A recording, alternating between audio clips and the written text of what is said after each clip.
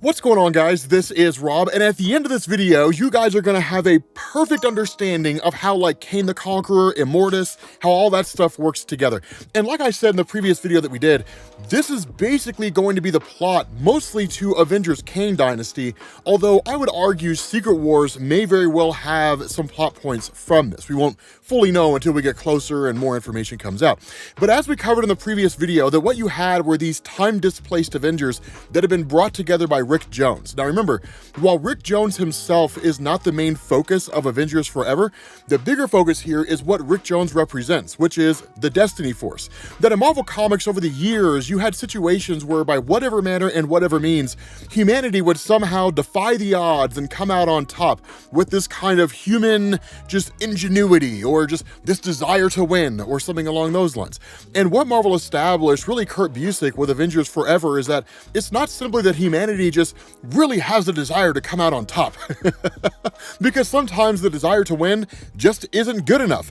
A really good example of this is look at the Philadelphia Eagles. They really wanted to win and they lost the Super Bowl anyway. So the thing about this is that I probably should have said that. I've pissed off every single fan in Philadelphia. I'm sorry, guys, but I had to. So here's the thing. The Destiny Force is kind of this idea that different human beings, really the human race in general, has a kind of innate energy about them that they can sort of tap into. And what we'll talk about over the course of this is exactly how that plays out. But the long and short is that this time-displaced group of Avengers has been kind of playing like a cat and mouse game with Immortus, trying to find him, trying to stop him, and Immortus has always eluded them virtually every step of the way because he's a master of time. And so once they all consolidate their forces, they make the decision that instead of jumping from one universe to the next trying to find Immortus, they head straight to his base of operations. And so when they get there, they basically get to what's called the Nexus of time. Now, for those of you guys coming from X-Men the Animated Series, if you remember the 4-part episode, Beyond Good and Evil, where Apocalypse ends up in the Nexus of reality, and you have that custodian guy who's red-haired and he's really, really weird, and then he turns into a guy who looks like Doctor Strange at the end of the series, that was Immortus, and this is where they were at. From here, you can literally enter in and out of any universe in existence across the whole multiverse. And so as they make their way through here, they find themselves kind of caught in like Penrose steps and different things like that, where it's really mind-boggling because they walk up some stairs and then find themselves walking upside down, or it looks like everybody else is upside down. It defies the laws of physics by every standard of measurement.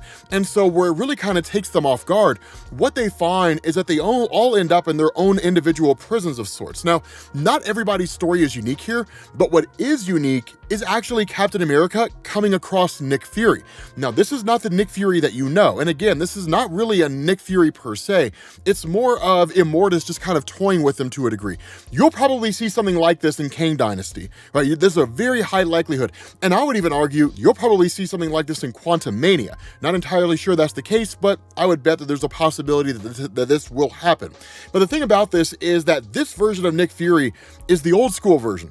And the reason why Captain America is familiar with Nick Fury during this point in time is because in Marvel Comics, you basically had Nick Fury and his Howling Commandos. Now, that was a comic book line that goes way back to the 1970s. It's been around for a long, long time. But the idea with Nick Fury is that before he became the agent of S.H.I.E.L.D. that we're all familiar with, he was literally just a guy in the military. He was Sergeant Fury. And what ended up happening is that Sergeant Fury and the Howling Commandos were tasked with going to Germany and grabbing a scientist who was developing a super soldier serum. That was, of course, Abraham Erskine. They successfully got him out of Germany. They extracted him from what was basically Hydra. They brought him here to the States, and then he gave the super soldier serum to Steve Rogers. So Nick Fury has a very important history in terms of Captain America becoming Captain America. But again, at this point in time, when Steve Rogers, with him knowing who Nick Fury is, it's because at this point in time, Nick Fury was a soldier during World War II. It's not until you get to the 1960s that he becomes an agent of S.H.I.E.L.D. Now, the reason why he maintained his longevity is because he ingested something called the Infinity Formula, which basically allowed him to stay youthful for an exceedingly long amount of time.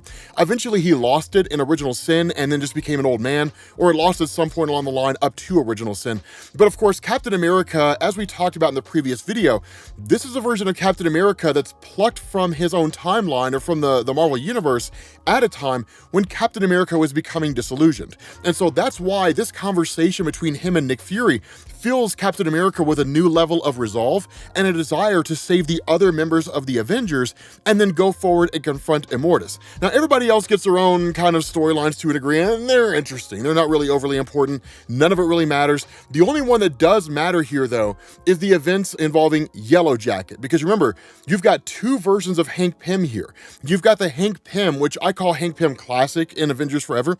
He's one of the founding members of the Avengers with Janet Van Dyne. Then you've got crazy Hank Pym. He's the one that like lost his mind and he was going through all these existential crises, just all that kind of stuff, right? Just like the nuts Hank Pym. Like, that's what we're talking about. And so it's one of those cool moments where once the team basically reconsolidates, they get back to their normal selves.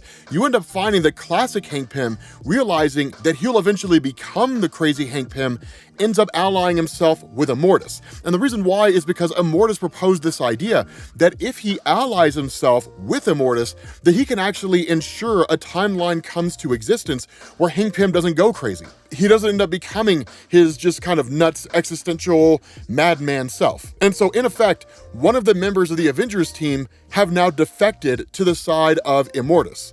And so following this, we get a bit of an exposition here. And the reason why is because the Avengers start to realize that one of the space phantoms is masquerading as one of their own. And when the jig is up, right, when the ruse is pulled, that you basically have the space phantom that starts offering this huge dump of information. Now, this is one of the reasons why this story is so incredibly important, because up to this point in Marvel Comics, all we knew is that Kang the Conqueror was going to become Immortus, but we didn't know how. We didn't really know, there were no real dots connecting that, and what few dots we got contradicted everything else, right? It was just sort of weird the way it played out. But the thing about this, and what we find out, is seemingly almost every major issue that the Avengers have run into with Immortus has all been done for a very particular purpose. One of the first things we learn, though, is about the space phantoms themselves. The space phantom initially was just a singular being who was out there that the Avengers fought at one point in time and was kind of a prelude to like the arrival of Immortus, Tempest, and that kind of stuff. What we're told here is much like what you saw in the Loki TV show, where you have those individuals who are quote unquote pruned by the Time Variance Authority, and they end up basically at the very end of time on that planet, and they're ultimately consumed. This is similar to that. And in fact, the show borrowed from that. The way this works is that by whatever manner and whatever means, individuals will end up in the realm of limbo. They'll end up in basically the place where Immortus resides. Sometimes they stumble into it. Sometimes they cast magic, not knowing what they're doing. They pass through the portal. They end up here. Sometimes they get sent here by other people, right? Just whisked away to some dimension somewhere, and that dimension ends up being limbo.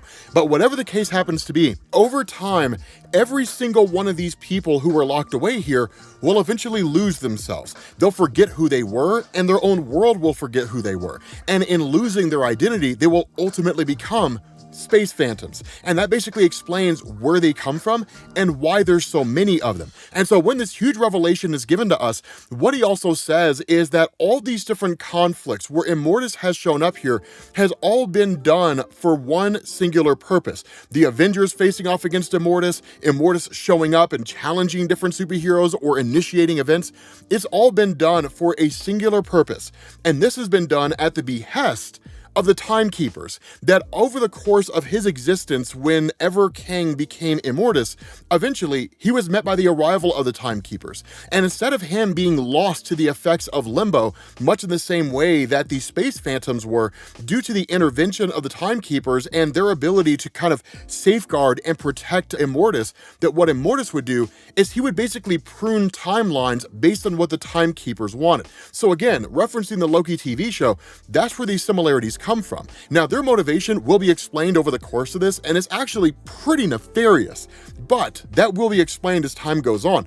The long and short of this, though, is that as far as the Timekeepers are concerned, humanity is the greatest threat that exists in the multiverse. And the reason for this is that at the moment, right, at the moment that this comic is being written, that humanity just has superheroes, the Fantastic Four, the X-Men, different people like that, that the most powerful beings usually are confined to teams teams, and they protect humanity from whatever threats exist. But because of the nature of the Destiny Force, eventually humanity as a whole will achieve extreme levels of power, incredible levels of power they'll be able to tap into.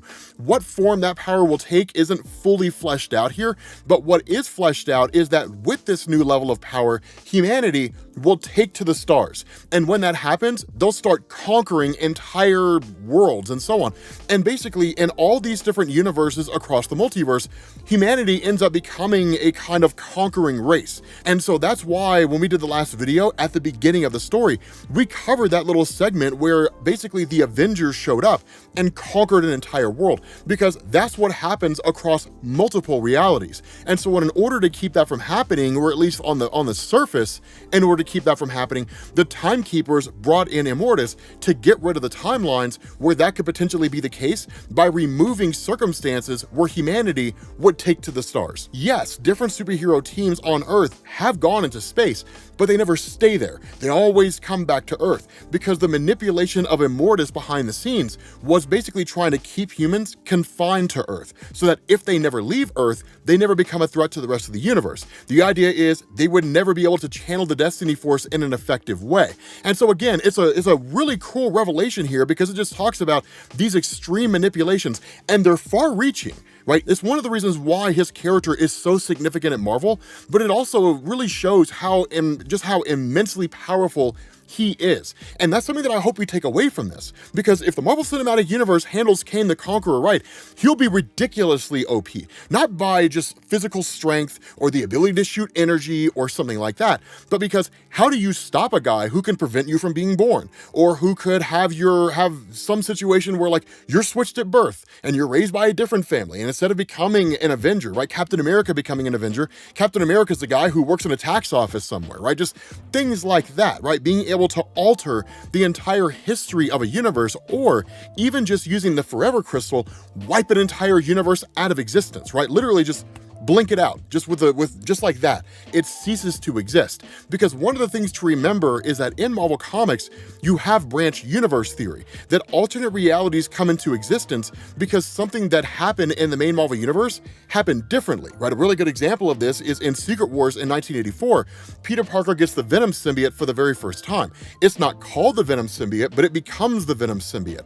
So there's an alternate reality out there where Peter never lost it. And in fact, there is a story where that happens, and the symbiote basically just consumes him. There's a point where the symbiote's blown off of his body and it's just literally bones. Like it had literally eaten his physical body. And so it's just the symbiote walking around with bones. It's pretty gruesome and it's pretty messed up, but that's an alternate reality now, right? What if this one thing had happened different? Now it's an alternate universe. So all Immortus has to do is go back to that moment when things deviated, when that branch happened, and keep that event from taking place, or just wipe the universe out entirely. There's any number of ways that he can pull that off, but that's what he's been doing over the course of time, is working for the Timekeepers by basically pruning entire timelines. But the problem with this is that seemingly the Avengers always end up finding a way to transition into space, and humanity seems to always find a way to attain the Destiny Force. And so what ends up happening is that with Immortus and Yellowjacket working together, Yellowjacket subdues the Avengers,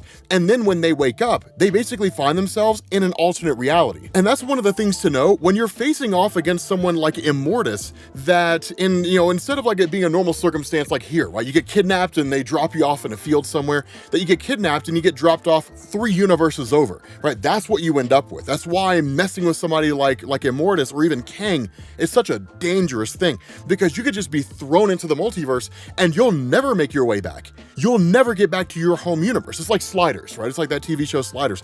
But when the Avengers wake up, they kind of wake up in this different reality where, again, you have these kind of ironclad Avengers who operate as like conquerors. But what ends up happening is a quick realization, these, kind of nightly Avengers, if you want to call them that, they don't see the real Avengers as actual Avengers. They see them as the Guardians of the Galaxy. Now, here's the thing. In Marvel Comics, kind of a quick aside here, in Marvel Comics, the Guardians of the Galaxy, as you know them now, which is like Peter Quill and like Rocket Raccoon and Groot and Gamora and all those guys, that's not the original Guardians. The original Guardians of the Galaxy were called the Guardians of the Galaxy 3000. They literally came from the 31st century, but this is that team. right? This is like the original Guardians of the Galaxy 3000 team. They're seen as freedom fighters here, individuals who are fighting against the conquering nature of the Avengers, and it's why they're immediately attacked. Now, in the midst of all this, basically Hank Pym, or at least Yellowjacket Hank Pym, steps in and basically helps him to overcome these enemies, and then reveals to them that the reason why they appear different was because of things called limbo bugs, which basically kind of cast an illusion and make things seem different than they actually are. But the important thing here is that this allows the Avengers to be taken prisoner and to actually be brought directly in front of the Timekeepers themselves by Immortus. And this is a de facto trial. That's really all this is. That is the Timekeepers speaking directly to the Avengers as basically Immortus watches on. And this is when we get this really, really cool revelation here, right? This really cool explanation. There is a bit of discussion here in the sense that what you had was being called He Who Remains at the very end of time. And in order to ensure the preservation of the time stream, he created the Timekeepers in order to ensure that time flowed as it was supposed to, that all reality functioned the way it was supposed to in the coming of the new universe, right? Because that universe was effectively ending. But even the Timekeepers themselves appear to be nefarious foes. And the reason for this is because over the course of this trial and in this conversation that they have, what the Timekeepers say is exactly what we just talked about. They tasked Immortus with wiping out different timelines where the Avengers would transition to the stars, harness the power of the Destiny Force, and become conquerors.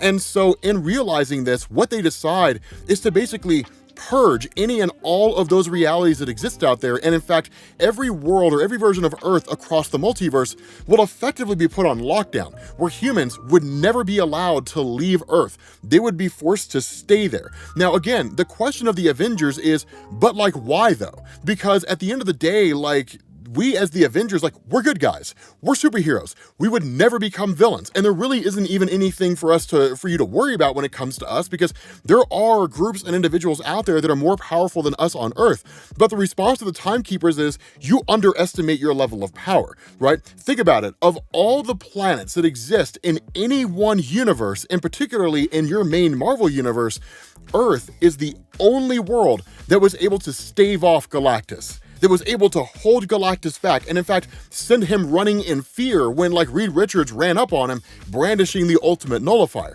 right? Like, humanity has managed to hold off the judgment of the Celestials. It's one of these things where they're basically making this argument, humanity is way more powerful than you think it is, and it's only a matter of time before this Destiny Force will be harnessed by humanity, and they'll basically destroy everything in existence, or at least conquer entire universes.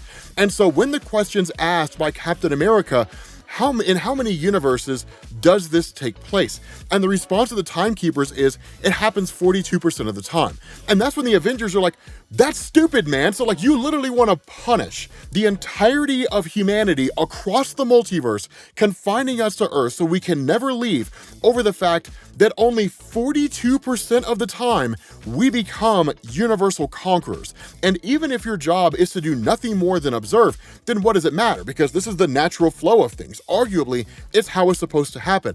So that's when they call the bluff of the Timekeepers. And their argument is, it has nothing to do with justice. It has nothing to do with maintaining the flow of time or anything like that. This is you just trying to ensure that nobody gets in your way. You want to be the sole beings capable of ruling the entire universe. That's really all you want to do. It's a mad grab for power, and you're masquerading as a group of people trying to do the right thing, trying to ensure that different universes across the multiverse all stay protected. Yeah, we call your bluff, and that's not going to happen. Now, the other part of this, and the big revelation that goes on here, is Yellowjacket, classic Hank Pym. That what had happened here is that him working alongside Immortus, it was not a ruse. He really intended to betray the Avengers. But when he realized what was going on with Immortus and the Timekeepers, which is to say that the 42%, right, those universes that exist out there where humanity would end up becoming conquerors, that the Timekeepers wanted to wipe those universes out, that the desire, or at least the intention of Yellowjacket, right, classic Hank Pym, was to turn against both Immortus and the Timekeepers. One, that's the reason why we freed the Avengers in the first place, and two, that's why he called for backup. When he realized what was happening, he sent out an SOS. Now, this SOS comes in two forms. The first is Rick Jones and Kang the Conqueror alongside the Supreme Intelligence. Now, here's the cool thing about this. Kang the Conqueror arriving on the scene is no small thing, because Kang is inevitably destined to become Immortus. But what you're talking about here are two guys who are able to manipulate the timeline. Now, which one is more powerful is one of the most debated things in Marvel Comics. Like, that debate rages across the fandom. It just goes on and on and on and on. And I don't think we'll ever definitively get an answer to that unless Marvel creates one. But the reality here is that with Kang the Conqueror stepping in, the Avengers freed, Rick Jones being able to harness the power of the Destiny Force, and the Supreme Intelligence just sitting there as a giant head in a jar watching it all unfold, that the Timekeepers basically summon their own teams. And so what you end up getting is basically the quote-unquote evil Avengers from across the time stream, all these different evil Avengers that you see, or that we have seen, showing up here and facing off against the good Avengers. And so in response to that, the good Avengers summon their own backup, which is basically every version or every Avenger that exists in the multiverse literally coming in, right? Every single good guy showing up to face off every single bad guy. And that's why I say, this is probably what you're going to see in Kang Dynasty. That in Kang Dynasty and Secret Wars, you're going to see a whole host of evil Avengers. It's going to be amazing, right? It's going to be ridiculously cool. Just like Avengers from the multiverse all fighting against each other, right? Just a giant thing. That's why it's going to be called Secret War, because it's going to happen all the way out there, and the average person is going to have no idea that it's taking place. But in the midst of all this, Immortus, realizing that what the Timekeepers would do is not only eradicate the Avengers who were here, but even go so far as to just prune entire universes, can't tolerate it anymore. He can't side with this anymore. So in fact, he ends up taking the crystal, the Forever Crystal, and tries to hide it from the Timekeepers, turning against them, refusing to let them destroy the Avengers. And a lot of this is because with Immortus having watched the Avengers for so long, having guided their actions, he almost sees them as his own children. Right? He almost feels very much like a parent. He's come to care about them and come to love them, even though what he was doing was a manipulation behind the scenes. And so when he turns against the Timekeepers eradicate him on the spot. They literally destroy him, and that's basically it. And so in the midst of this giant conflict between all these different Avengers, ultimately the good guys effectively come out on top. Now, it's not for the Timekeepers stepping in and freezing everything in place, but with Kang the Conqueror being a guy who is literally protected from the time stream and the impact of time. Remember, you can't freeze Kang the Conqueror in place in time. It doesn't work that way. He's a master of time. All he has to do is just kind of not be affected by it. Because at all times, his suit of armor allows him to operate in flux, right? It allows him to exist kind of outside the current effects of time. And so this is the reason why, even when the Timekeepers basically freeze everybody in place by manipulating time, Kang the Conqueror is not affected. But realizing the power of Kang and realizing that he's like the last missing piece, the last person that can manipulate the time stream and truly stand in their way, the Timekeepers try to basically turn Kang into Immortus. But what ends up happening is that with that version of Immortus having been destroyed, this is where the cleanup duty comes into play. That what Marvel does now is they say, actually, Immortus as he exists from this point going forward is the result of the Timekeepers trying to turn Kang into Immortus by literally speeding up his evolution, and then in turn, Kang the Conqueror resisting. And so what's really told here is that in this effort to transform Kang, that you end up getting this almost kind of squelching sound, right? This tearing sound like flesh is ripped. And Kang the Conqueror himself remains his normal self. The issue with this is that even though the Timekeepers are trying to use this Forever Crystal to literally obliterate entire timelines by using its energy to fire a cannon, that because they're so weakened now after having tried to force Kang into becoming Immortus, that ultimately Kang takes that moment to kill the Timekeepers. He literally eradicates them on the spot. And so once the battle's concluded, Captain America, who now has possession of the crystal, ends up destroying it. And that when it's destroyed, everybody starts blinking back to their own individual timelines, right? They start going back to where they're supposed to be. And so you have this really, really interesting moment here where you basically have the rise of the new Immortus, right? Literally, this Immortus pops up here as having been kind of pulled away from Kang the Conqueror. So in essence, Kang and Immortus are the exact same person. That's the reason why now in Marvel Comics, you don't really see much discussion about Immortus being the person that Kang will become. Instead, it's Immortus referring to Kang as being Immortus, and it's Kang referring to Immortus as being Kang, because literally they're ripped out of the same person. Because literally what had happened here is in an attempt to turn Kang into Immortus, Kang resisted, and so that Immortus aspect of him was pulled away. It's not that dissimilar to Eve being made from the flesh of Adam, right? They're very similar things in that way. But the long and short of this is that with that crystal destroyed, everybody blinking back to their normal points in time, what we're told here is that the crystal represents a concept. It represents the idea of being able to manipulate and control time. And so what the crystal represents can never truly be destroyed. All it really did is destroy the physical form or the object that houses the power of the crystal. And so that power is kind of discorporated and it's out there, but we're basically told at some future point in time, it'll reform and it'll appear when it needs to. So it's really just kind of Marvel saying, like, you'll see this kind of thing happen, right? It's like Battlestar Galactica. All of this has happened before and all of it will happen again. But again, that's the nature of the Avengers Forever story, is it's basically cleaning up the continuity of Kang and Immortus, Scarlet Centurion, Iron Lad, Rama-tut, all that kind of stuff, all those different versions of Kang the Conqueror that we've seen over the years. It's clearing all that stuff up, while at the same time giving us a pretty interesting and compelling story.